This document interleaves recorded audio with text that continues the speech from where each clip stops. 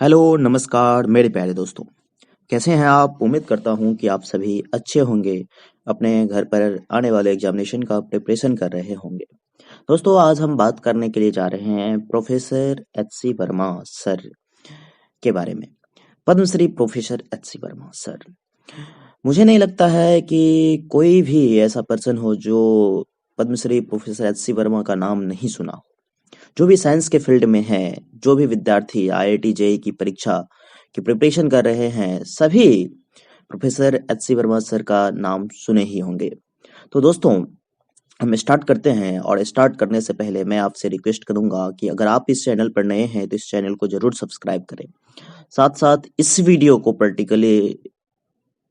को जरूर शेयर कीजिएगा अपने प्रत्येक दोस्तों के साथ।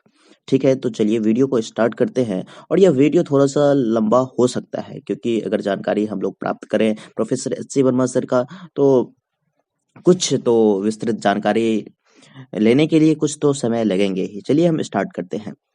साइकिल के पहिए, प्रेशर कुकर से फिजिक्स को बनाया खेल, अब पद्मश्री प्रोफेसर एच.सी. वर्मा को मिले हैं। अब देखिए, क्या है कि 1990 के दशक में कई साल की मेहनत के बाद प्रोफेसर एच.सी. वर्मा सर ने छात्रों की सहूलियत के लिए कॉन्सेप्ट ऑफ फिजिक्स नाम की किताब लिखी। कठिन चीजों को आसानी से समझाने वाली यह किताब स्कूल कॉलेज के छात्र छात्रों के लिए बेहद लोकप्रिय है। आईआईटी कानपुर के प्रोफेसर हरिश्चंद्र वर्मा सर ने उन हस्तियों में शामिल है जिन्हें इस साल पद्मश्री पुरस्कार देने का ऐलान किया गया है। इन्होंने 139 रिसर्च पेपर लिखे। उन्होंने 600 ऐसे प्रयोग विकसित किए जिन्हें बच्चों को समझाना आसान है। उन्होंने हिंदी माध्यम के छात्रों के लिए 45 लेक्चरों की श्रृंखला तैयार की। आम लोगों से चंदा लेकर तो कभी अपनी जमा पूंजी से शिक्षा सोपान के जरिए प्रोफेसर वर्मा सैकड़ों छात्रों को छात्रवृत्ति दे चुके हैं। उनके साथ काम कर रहे अमित वाजपेयी के अनुसार आईआईटी कानपुर का क्लासरूम हो या सरकारी स्कूल के 6ठी क्लास के बच्चे, इन्हें पढ़ाने में प्रोफेसर वर्मा की तन्मयता से में कभी कोई कमी नहीं रही है। जैसा कि आप सभी जानते हैं कि वो सर आईआईटी की बात करें या फिर बीएससी लेवल के जितने भी एग्जाम्स होते हैं, एमएससी लेवल के, सभी के लिए वो लेक्चर बनाते रहते हैं। बहुत सारे लेक्चर्स बनाए हैं, जैसे कि क्वांटम मैकेनिक्स का, रिलेटिविटी का, बहुत सारे लेक्चर्स प्रोवाइड किए हैं। ठीक है, रिटायरमेंट के बाद अपनी जमा पूंजी से उन्होंने नानकारी में सोपान आश्रम की 2 बिल्डिंगें बनवाई है। इसमें टीचर्स को विज्ञान पढ़ाने की ट्रेनिंग दी जाएगी। इसका मुख्य मकसद बीएससी, एमएससी के स्टूडेंट्स के उन प्रयोगों को रूबरू कराना है जिनसे वे अछूते हैं। गरीब बच्चों की अपनी जेब से स्कूल फीस देना प्रोफेसर वर्मा के लिए आम बात है। वह नई पीढ़ी के शिक्षकों को छात्रों के भाव समझने तरीके बताने हैं। अपने सापेक्षता के सिद्धांत के वीडियो से चयनित ग्रामीण पृष्ठभूमि के गरीब और मेधावी बच्चों के लिए 10 दिन का कैंप भी लगाएंगे। बता दें कि केंद्र सरकार ने वर्ष 2020 के लिए पद्मश्री पुरस्कार का ऐलान कर दिया है। पूर्व, यानी कि पहले ही हो चुका है, पूर्व केंद्रीय मंत्री जॉर्ज फर्नांडिस, अरुण जेटली और सुषमा स्वराज को मरणोपरांत पद्म विभूषण सम्मान दिया गया है। एमसी मैरी कॉम सहित यह पुरस्कार कुल 7 लोगों को दिया जाएगा। 16 हस्तियों को पद्म भूषण और 118 लोगों को पद्मश्री देने का ऐलान किया गया है। इस साल भारत रत्न का ऐलान नहीं किया गया है।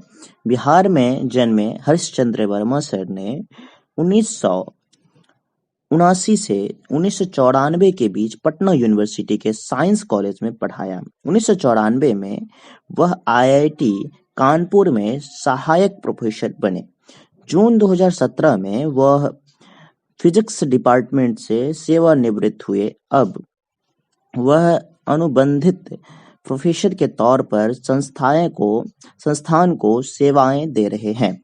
1990 के दशक में कई साल की मेहनत के बाद प्रोफेसर वर्मा सर ने छात्रों की सहूलियत के लिए कॉन्सेप्ट ऑफ फिजिक्स का नाम की किताब लिखी। कठिन चीजों को आसानी से समझाने वाली यह किताब स्कूल कॉलेज के छात्र छात्राओं के बीच बहुत ही फेमस है, प्रसिद्ध है। शायद ही कोई नहीं इसका नाम सुना होगा। ठीक है, और आप समझ सकते हैं कि जीवन परिचय। एच.सी. वर्मा सर का जन्म 3 अप्रैल 1952 को बिहार राज्य के दरभंगा जिले में हुआ था।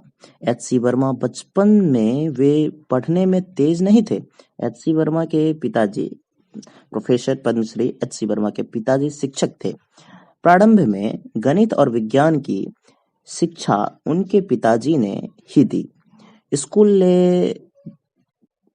स्कूलों के दिनों में इन्हें विज्ञान और गणित में ज्यादा रुचि नहीं थी। आईआईटी कानपुर में किया टॉप। स्नातक करने के लिए एच.सी. वर्मा सर का दाखिला पटना साइंस कॉलेज में हुआ। यहाँ के फैकल्टी से प्रभावित होकर एच.सी. वर्मा सर के मन में विज्ञान और गणित विषय में रुचि बढ़ी।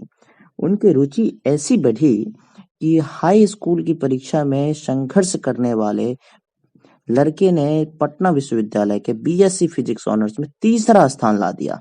स्नातक कंप्लीट करने के बाद एच.सी. वर्मा सर ने गेट के परीक्षा निकाली और आईआईटी कानपुर से एमएससी के लिए दाखिला लिया। आईआईटी कानपुर में एच.सी. वर्मा सर ने सभी लड़कों में टॉप किया और 10.0 में से 9.9 सीजीपीए हासिल किया।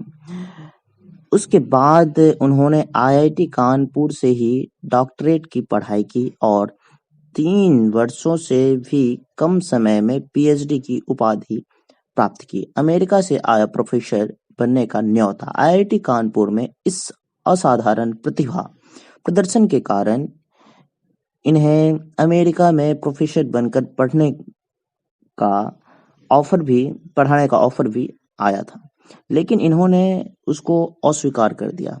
इन्होंने अपने जड़ को नहीं भूला और 1980 में पटना साइंस कॉलेज में प्रोफेसर के रूप में ज्वाइन किया। बच्चों की समस्याओं को समझा। साइंस कॉलेज में बच्चों को पढ़ते हुए इन्होंने देखा कि बच्चे भौतिक विज्ञान की पढ़ाई का आनंद नहीं ले रहे हैं, बल्कि पढ़ कर उब रहे हैं। जितना एक्सपेरिमेंट एच.सी. वर्मा सर ने अपने पढ़ाई के दिनों में फिजिक्स के किताबों से की है, वेस्निक एंड हेलिडे, जिन्होंने उन्हें एमएससी के दौरान पढ़ा था के साथ किया था, उतना एक्सपेरिमेंट तेज विद्यार्थी भी नहीं कर रहे थे। इसका कारण भाषा और सांस्कृतिक अंतर था। ग्रामीण पृष्ठभूमि के लोग पुस्तक की भाषा में उलझ कर रह जाते हैं और वे उसकी अवधारणा और निष्कर्ष तक पहुंचने से पहले ही अपनी रुचि खो देते हैं। 8 साल तक कठिन परिश्रम से लिखी पुस्तक इन सभी समस्याओं को दूर करने के लिए एच.सी. वर्मा सर ने एक किताब लिखने की सोची जो भाषा के इस कठिनाई को आसान कर सके। इसके लिए उन्होंने 8 साल तक कठिन परिश्रम किया और फलतः उसमें कॉन्सेप्ट ऑफ फिजिक्स, यह पुस्तक भौतिक विज्ञान की सुंदरता की उजागर करने में सफल रही है। इस पुस्तक की सफलता का कारण था इसकी सरल भाषा, दिलचस्प संख्यात्मक उदाहरण और भारतीय संस्कृति के साथ संबंध।